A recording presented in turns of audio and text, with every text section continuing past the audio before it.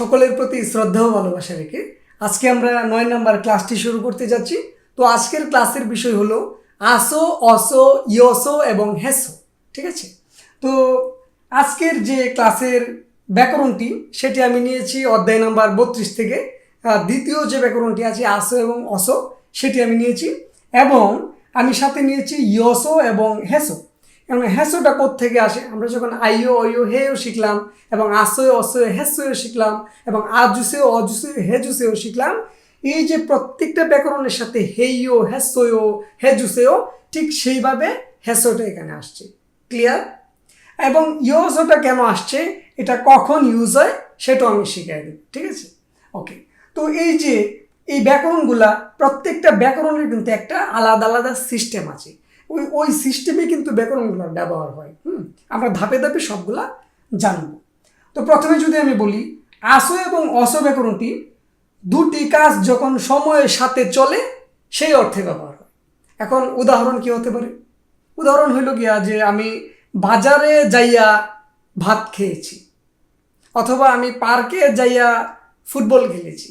এই যে দেখেন, আপনি কিন্তু প্রথমে পার্কে গেলেন, তারপর ফুটবল খেললেন। যাওয়া কিন্তু প্রথমে হইল, তারপর কিন্তু আপনি খেললেন, মানে দুইটা কাজ। ঠিক আছে, প্রথমে আপনি গেলেন বাজারে, তারপর আপনি ভাত খাইলেন। ঠিক আছে, তো আপনি বাজারে প্রথম গেছেন, তারপর ভাত খাইছেন, দুইটা কাজ। এই দুইটা কাজ সময়ের সাথে যখন করছেন সেই অর্থে হইল গিয়ে আসো অসো ব্যবহার হয়েছে। এটা আমি উদাহরণের মাধ্যমে পরে বুঝিয়ে দিতেছি। আর আরেকটা জিনিস হলো গিয়া যে আসো এবং অসো ব্যাকরণটি কারণ অর্থেও ব্যবহার হয়। কি কারণে? যে আমি ব্যথা পাওয়ার কারণে হাসপাতালে গেছি, আমি ক্ষুধার্ত থাকার কারণে ভাত খাইছি। ঠিক আছে, বৃষ্টি বেশি আসার কারণে বাজারে যাইতে পারি নাই। ঠিক আছে, তো এই যে কারণ, সেই কারণ অর্থেও কিন্তু আসো অসোর ব্যবহার হয়। তো সর্বশেষ যে পদ্ধতি অর্থে যে বিষয়টি, সেটি আসো অসো এবং হেসো, এইগুলা দিয়েই কিন্তু তার ব্যবহার হয়। এখন উদাহরণ কি হতে পারে? উদাহরণ হতে পারে যে আপনি কিভাবে ওইখানে গেলেন। আমি বাসে চড়া ওইখানে গেছি। আপনি কিভাবে এখানে আসলেন? আমি রিক্সাতে চড়ে অথবা আমি বিমানে চড়ে এখানে আইছি। তো আপনি কিভাবে খান? আমি রান্না করে খাই।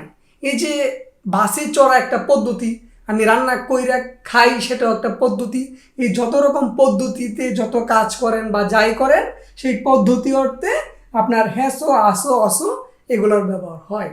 ঠিক আছে, এই ইয়সো ব্যাকরণটি সম্মান অর্থে যখন আপনি বড়দের সাথে কথা বলবেন তখন সেই অর্থে ব্যবহার হবে। ঠিক আছে, তো এরকম হতে পারে উদাহরণ যে ধোয়া জুসিওসো খামসামনিদা, অথবা এরকম হতে পারে যে ইয়োগি উশিওসো খুমাপসিমনিদা। ঠিক আছে, তো এরকম হতে পারে যে শিক্ষা দিশিওসো ঘাসিও, এরকম হতে পারে। ঠিক আছে, তো আমরা এখন প্রত্যেকটা স্টেপের উদাহরণ দেখব, এবং উদাহরণের মাধ্যমে এই গ্রামারের সাথে আমরা আরেকটু ক্লিয়ার হয়ে যাব। ঠিক আছে, তো এখন আমরা সরাসরি উদাহরণে চলে যাব। ঠিক আছে, তো আপনারা দেখতে পাচ্ছেন আমি এখানে 3টি স্টেপ লিখেছি। এই 3টি স্টেপের মধ্যে 3টি ধরন আছে। ঠিক আছে, 3টি ব্যাকরণের ব্যবহার আছে। তো আমি 3টি ব্যবহার আপনাদেরকে বুঝিয়ে দিচ্ছি। তো আপনারা যদি এখানে দেখেন, লেখা আছে 1 নম্বরে সিজাঙে গাছো বাবুল অথবা বগ মগস্যই, মানে বাজারে গিয়ে ভাত অথবা বার্গার খাইছি। তো প্রথমে আপনি বাজারে গেলেন, তারপর ভাত খাইলেন অথবা বার্গার খাইলেন। এখন বিষয়টা হইল গিয়া যে আপনি প্রথমে বাজারে গেলেন, তারপর খাইলেন, দুইটা কাজ করলেন। তাহলে এটা কোন স্টেপে বললো? যে সময়ের সাথে দুইটা কাজ যখন করা হয় সেই অর্থে আসো অসো ব্যবহার হয়। ক্লিয়ার? এবং দ্বিতীয় স্টেপে যদি দেখেন, লেখা আছে বে খুফাস মগস্যই। তো আপনি কারণ অর্থে এই ব্যাকরণটি ব্যবহার করতে পারেন। তো এখানে কারণটা কি? আমার ক্ষুধা লাগছে, ওই কারণেই কিন্তু আমি খাইছি। ঠিক আছে, ক্ষুধা লাগা মানে বে কুফাদা। হ্যাঁ, তো এই কুফাসো বে কুফাসো মানে ক্ষুধা লাগার কারণে খাইছি। তো এটাও আমরা বুঝলাম, হাসো হাসোটা কারণ অর্থে ব্যবহার হয়। এবং তৃতীয় স্টেপে লেখা আছে ইউরি হ্যাসো মোকয়ো। ঠিক আছে, তো দেখেন এটা একটা পদ্ধতি। আপনি কিভাবে খান? আমি রান্না করে খাই। তো এটাও তো মিলল, তাই না? এই যে হ্যাসো ব্যাকরণটি ইউরি হ্যাসো মগয়। এখন আমি প্রত্যেকটা সিস্টেম আপনারা বুঝাইতেছি। যদি এখানে দেখেন যে ভার্ব আছে গাদা, গাছো। তো আমরা জানি যে আকার এবং ওকার থাকলে আইও হইতো এবং আশ্রয় হইতো এবং আজুসে হইতো। সূত্র কিন্তু ওইটাই ধরেই আমরা এখানে ব্যবহার পদ্ধতিগুলো শিখব।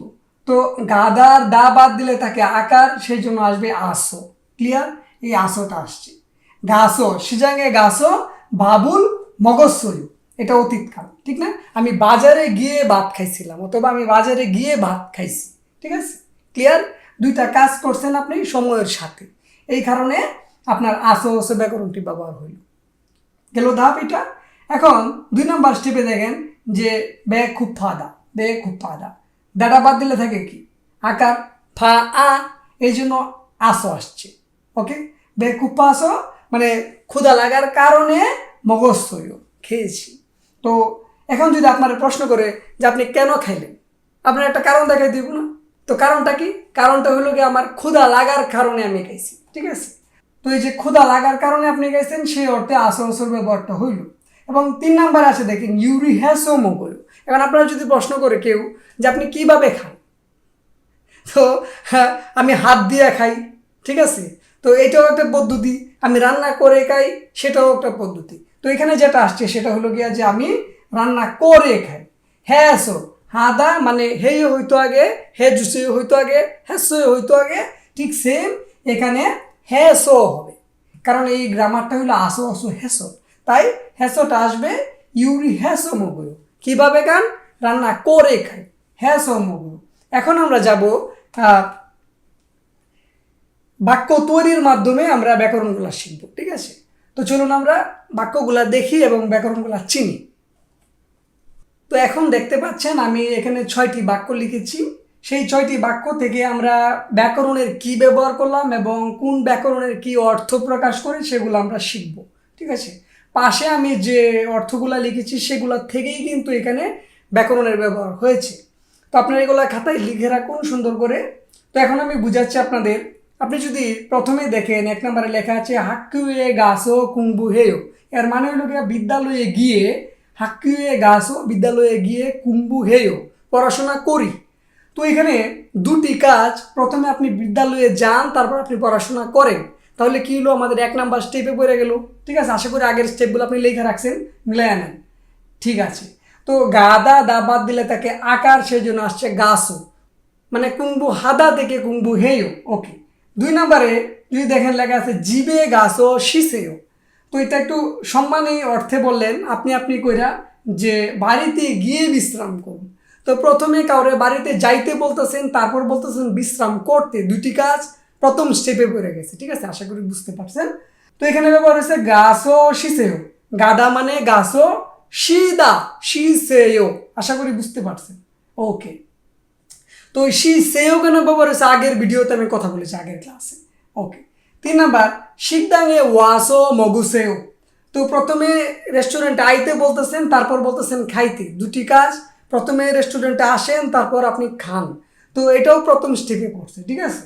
তো শিকদাঙে ওয়াসো, উদা মানে আসা, উ আসো, দা বাদ দিলে তাকে ওকার, ওকারের জন্য আসছে আসো, ওয়াসো মগুসেও, মগদা মানে খাওয়া, দা বাদ দিলে তাকে বাচ্চিন তাকে গিয়ক, গিয়কের জন্য উসেও, আগের ক্লাসে আমি বলেছি। তো এটাও প্রথম স্টেপে পড়ছে। ওকে। 4 নাম্বার আছে জেমি অপসোসো আনবাসো, এটা কোথায় বললো? কারণ অর্থে 2 নাম্বার স্টেপে, যে আপনি কেন দেখলেন না? জেমি অপসোসো আনবাসো, মানে মজা না লাগার কারণে, আনন্দ না থাকার কারণে আমি দেখি নাই। ঠিক আছে? কারণটা আমরা ধরতে পারলাম, অপসোসো।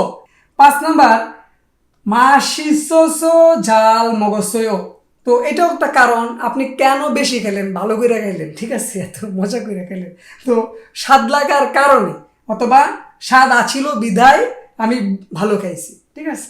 তো মাসিত্তা মানে কি স্বাদ আছে, ডাবাদ দিলে থেকে ঋষিকারের জন্য অস। ঠিক আছে? মাস ইস জাল মগসোয়ো, এটাও কারণ অর্থে। ওকে। তো 6 নাম্বার দেখেন ভিগা ওয়াসো মুগাসোয়ো, ভিগা ওয়াসো মুগাসোয়ো মানে হলো গিয়া যে বৃষ্টি আসার কারণে আমি যাইতে পারি নাই। তো এখানেও একটা কারণ, সেই কারণটা হলো 2 নম্বর স্টেপে পড়ছে। তো বৃষ্টি বেশি আসছে বা বৃষ্টি আসছে, উদা মানে আসা, দা বাদ দিলে থেকে ওকার, ওকারের জন্য কি আসবে? আসো, এই যে ওয়াসো মুদ গাছে, মানে আমি যাইতে পারি নাই। তো আশা করি এই বিষয়টা ক্লিয়ার, এই ব্যাকরণের সিস্টেমটা আপনি বুঝতে পারছেন। তো তারপর তাকে হেসো, আমরা এখন হেসো এর ব্যবহার দেখব। তো সর্বশেষ যে বিষয়টি সেটি হলো হেসো। এই হেসো ব্যাকরণটি পদ্ধতি অর্থে ব্যবহার হয়। এখন আমরা 3টি স্টেপের মাধ্যমে এই ব্যাকরণের সাথে পরিচিত হব। তো এখানে প্রথমে লিখলাম আমি ইউরি হেসো মগো। আপনি কিভাবে খান? আমি ইউরি হেসো মগো, মানে রান্না করে খাই। ইউরি হাদা রান্না করা, ইউরি হেসো রান্না করে মগো খাই। ওকে। তো 2 নম্বর আছে কুম্বুরুল হেসো বেওসুয়ো। এখন আপনাকে যদি আপনারা প্রশ্ন করে যে আপনি কোরিয়ান ভাষা কিভাবে শিখলেন, ঠিক আছে, মানে কোন পদ্ধতিতে শিখলেন, তো আপনি বলবেন যে আমি পড়াশোনা কইরা শিখছি, ঠিক আছে। তো কুম্বুরুল হেসো বেওসুয়ো, মানে আপনি অধ্যয়ন কইরা বা পড়াশোনা কইরা আপনি শিখেছেন। মানে একজন আপনার কাছে জানতে চাইছে যে আপনি কিভাবে কোরিয়ান ভাষা শিখলেন, সেটা হলো কি আপনি উত্তর দেবেন কুম্বুরুল হেসো বেওসুয়ো, মানে পড়ার মাধ্যমে, মানে পড়াশোনার পদ্ধতিতে আপনি শিখছেন। ওকে। 3 নম্বর আছে ইয়নসুব হেসো বেওসুয়ো। এখন ধরেন আপনি একটা কাজ ভালো করেন, সেটা মার্শাল আর্ট হোক অথবা ড্রাইভিং হোক, যেটাই হোক, ঠিক আছে, অথবা আপনি গান গাওয়াই হোক। তো আপনাকে প্রশ্ন করলো যে আপনি কিভাবে শিখলেন, এত ভালো আপনি কিভাবে করেন, কিভাবে শিখলেন। তো আপনি বলবেন যে ইয়নসুব হেসো ব্যবস্থা, মানে অনুশীলনের মাধ্যমে শিখেছি। ক্লিয়ার? তো আশা করি আমরা আজকের যে ব্যাকরণের বিষয়টি সেটি আমরা খুব ভালো করে বুঝতে পারলাম, এবং আগামী ক্লাসে আমরা অন্য কোনো বিষয় নিয়ে আবার উপস্থিত হব। সেই পর্যন্ত আপনারা সবাই ভালো থাকুন, সুস্থ থাকুন। সকলের জন্য দোয়া এবং শুভকামনা।